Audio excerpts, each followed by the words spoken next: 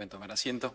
En nombre del Padre, del Hijo y del Espíritu Santo. Amén. Hoy, queridos hermanos, fiesta de los santos inocentes. Hablemos, pues, de la inocencia, en primer lugar, de la malicia,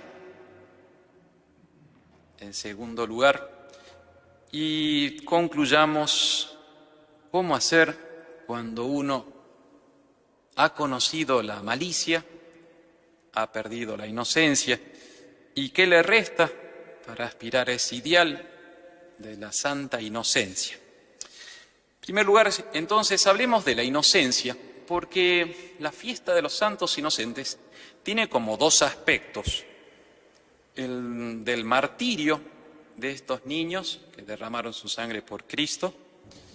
En eso se acentúa muchos de los textos de la misa, en particular el Evangelio, ese llanto de las madres que pierden a sus hijos. Pero por otra parte, lo destaca la epístola de hoy, citando el capítulo 14 del Apocalipsis. Lo va a destacar también mucho el rezo del breviario, que los sacerdotes tenemos la dicha de rezar en nombre de la Iglesia, en nombre de ustedes. Va a destacar el aspecto de la inocencia, de la no malicia. De hecho, en algunos países es como costumbre hacer una bromita, la broma de los inocentes, ¿no? Como hacer caer al otro con cierta malicia. Justamente se destaca el otro aspecto de la inocencia, del no conocer malicia. La epístola, la primera lectura es espectacular. Dice San Juan, en la visión del Apocalipsis, que ve muchas almas, 144.000, es 12 por 12, 12.000 por 12 de las 12 tribus. Esos 144.000, en el lenguaje de los hebreos, significaba una multitud de almas inocentes, limpias, puras, que no han conocido la malicia. Y cuando hablo de todo esto, uno lo hago a propósito para destacar la belleza y la bondad de un alma que no conoce malicia, como una aspiración, podríamos decir. 144.000 almas, personas, niños, que pueden seguir al Cordero donde vaya, que entonan un cántico nuevo que los otros no pueden entonar.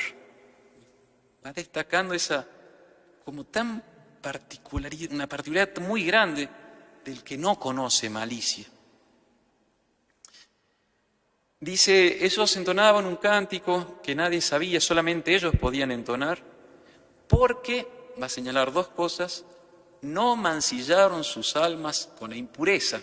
Va a señalar en particular de almas que son vírgenes, de almas, sí, que no se han contaminado con la impureza, con la lujuria.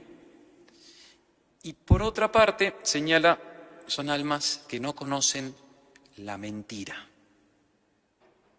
Por eso la broma de los inocentes hace referencia justamente a un alma que cree, que es franca, que es directa.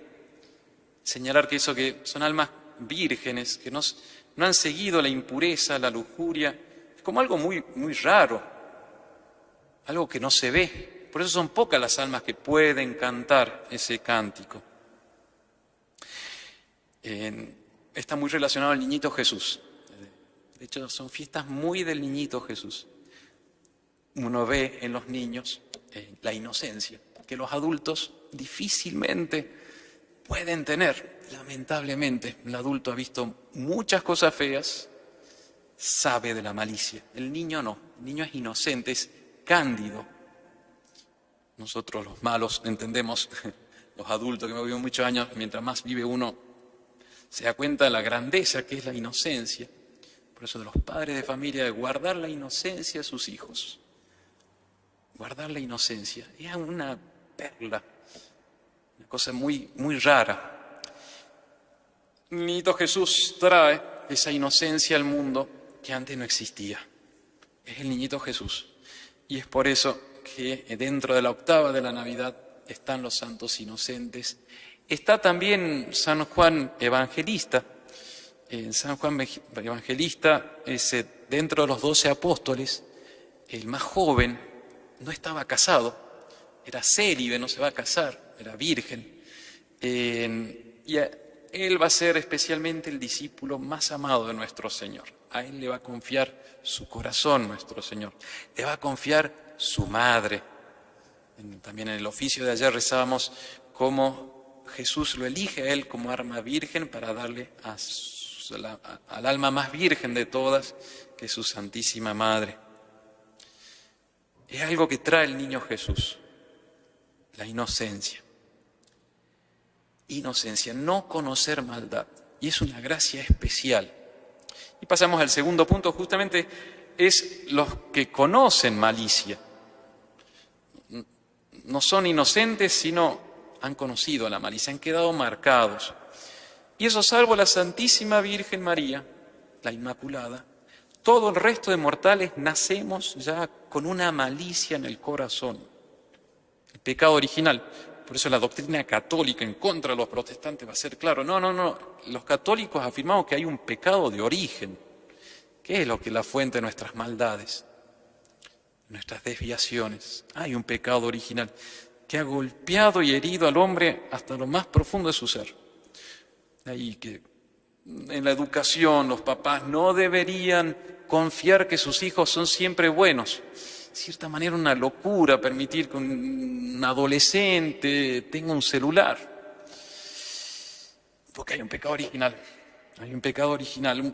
hay una herida muy profunda. Y es de la naturaleza. Y si ese pecado original uno suma sus propios pecados pasados, que van dejando marcas en nuestras almas, o sea, ya uno no es lo mismo cuando ha conocido ya la malicia. Por eso también, como les decía hace ratito, una gracia inmensa cuando los papás protegen la inocencia de sus hijos. Por eso también una gracia inmensa los colegios que procuran justamente evitar las malas amistades, que descubran lo malo porque va marcando. Los que hemos sido marcados por lo malo sabemos cuánto mal hace todo eso. Cuánto mal, cómo después la gracia de nuestro Señor va a tener que ir reparando y curando. La malicia, nuestros pecados, el pecado original, nuestros propios pecados del mundo moderno, en particular señalo ahora si quieren, cuando hablo de malicia es de todo, por eso son almas que no conocen la mentira, significa una inocencia especial. Pero ahora señalando en particular la pureza es con su vicio, el vicio opuesto de la pureza es la impureza. Y lo define la teología católica a la impureza como mezclar elementos bajos en un elemento noble. Eso es la impureza. El oro es impuro, es porque se ha mezclado en una perlita, un poco de lingote de oro, se ha mezclado elementos que no son oro, más bajos, viles. Y por eso la impureza es cuando el hombre, nosotros pecadores, el hombre busca una cosa que no está en el orden de Dios, en el orden racional. Esa es la impureza, la lujuria. Cuánto van exacerbados están nuestros tiempos a través de las pantallas, de tantas conexiones, de las modas, que atentan realmente contra la pureza, la inocencia de la vida. En medio de ese mundo tan horrible, la Inmaculada Concepción tiene una belleza particular, cautiva, la Virgen Santísima, Nuestra Señora. Tercer punto, ¿qué hacer cuando uno ha conocido la malicia? Cuando uno no ha gozado, como la Virgen Santísima, de esa inocencia, o de estos niños, de los santos inocentes que hoy admiramos, contemplamos y a los cuales invocamos como nuestros protectores, intercesores. ¿Qué hacer cuando uno no ha seguido la inocencia? Es la liturgia que lo señala como la oración particular de San Luis Gonzaga, un santo que fue muy inocente, muy puro. Yo quiero señalar esa como belleza que tienen las almas puras. No hay malicia en ellos, nada que ver con lo que uno ve, con lo que uno vive. Dice la liturgia, los que no han seguido a aquel que es inocente, hablando de San Juan Gonzaga, por lo menos lo imiten y sigan como penitente. Hay un juego de palabras. no siguieron al inocente, que sigan por lo menos al penitente. Penitente porque San Luis Gonzaga mortificaba mucho su corazón, sus vistas, su carne, su cuerpo, sus sentidos, para mantener su alma limpia. Es lo que va a señalar también la oración de hoy, de la liturgia. Dice, le pide a nuestro Señor: Señor Dios, por favor, mortifica en nosotros todas las maldades de los vicios. Mortifica, destruye en nuestra alma todo lo que está mal.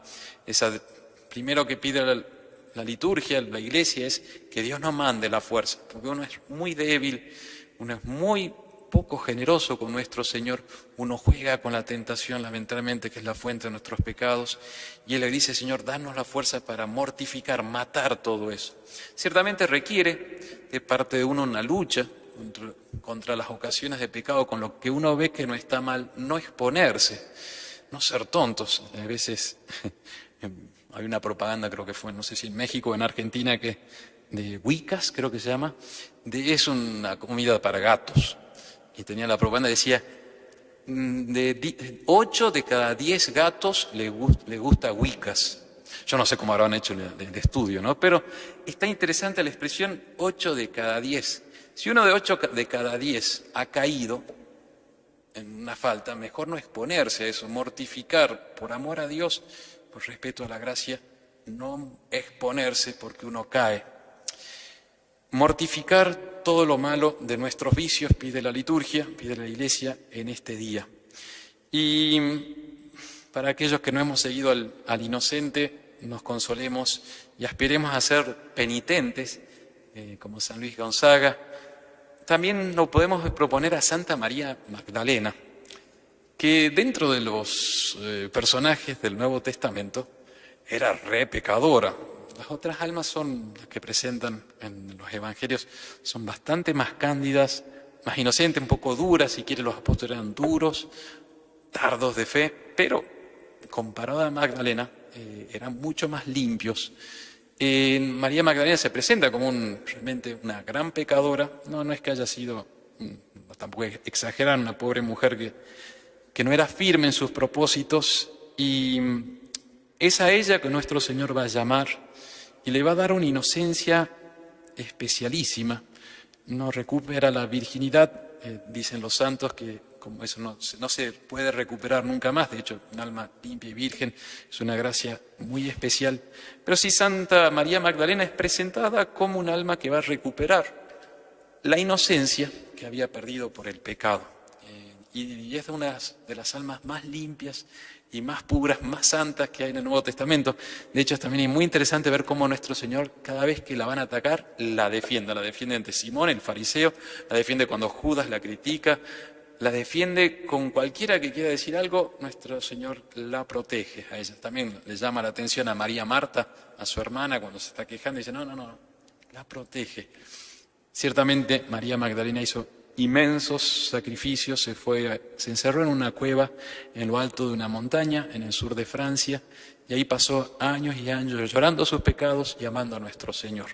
Por eso pidamos en este día de la inocencia de los santos inocentes, pidamos al cielo por los intercesores como Santa María Magdalena, San Luis Gonzaga, como los santos inocentes y la Virgen Inmaculada, que nos den la gracia de amar y estimar esa inocencia que nos haga evitar cualquier malicia. Ave María Purísima.